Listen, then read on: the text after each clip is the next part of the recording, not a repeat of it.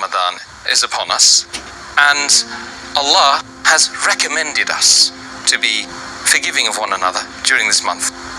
Can you explain more about that? This is a month of forgiveness, and since we ask for forgiveness from Allah subhanahu wa ta'ala, Allah has also recommended that we human beings, we should forgive others. And there are several verses in the Quran which have explained this in detail. If you read Surah Al-Imran, chapter number 3, verse number 134, Allah subhanahu wa ta'ala says that we should forgive. Allah likes those who do good deeds. That means those who forgive, Allah subhanahu wa ta'ala likes them. Allah says in Surah Araf, chapter number 7, verse number 199, that hold to forgiveness and enjoin what is right and go away from those who are ignorant. Furthermore, Allah says in Surah Nur, chapter number 24, verse number 22, Allah says that, and you should forgive. Wouldn't you want that Allah should forgive you? Allah is of forgiving and most merciful. Allah says in Surah Taghabun, chapter number 64, verse number 14, that amongst your wives and children, there are some who are your enemies. But it will be better if you forgive them.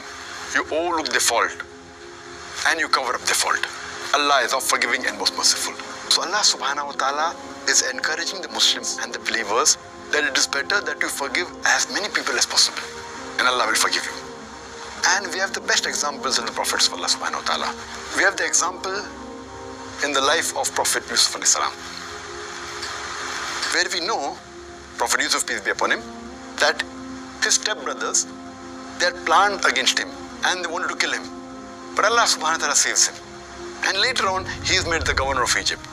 And when finally all the brothers are at his mercy, Allah says that he said, it's mentioned in the Quran, in Surah Yusuf, chapter number 12, verse number 92. He says that let not the post be cast on you, and Allah is the one to forgive.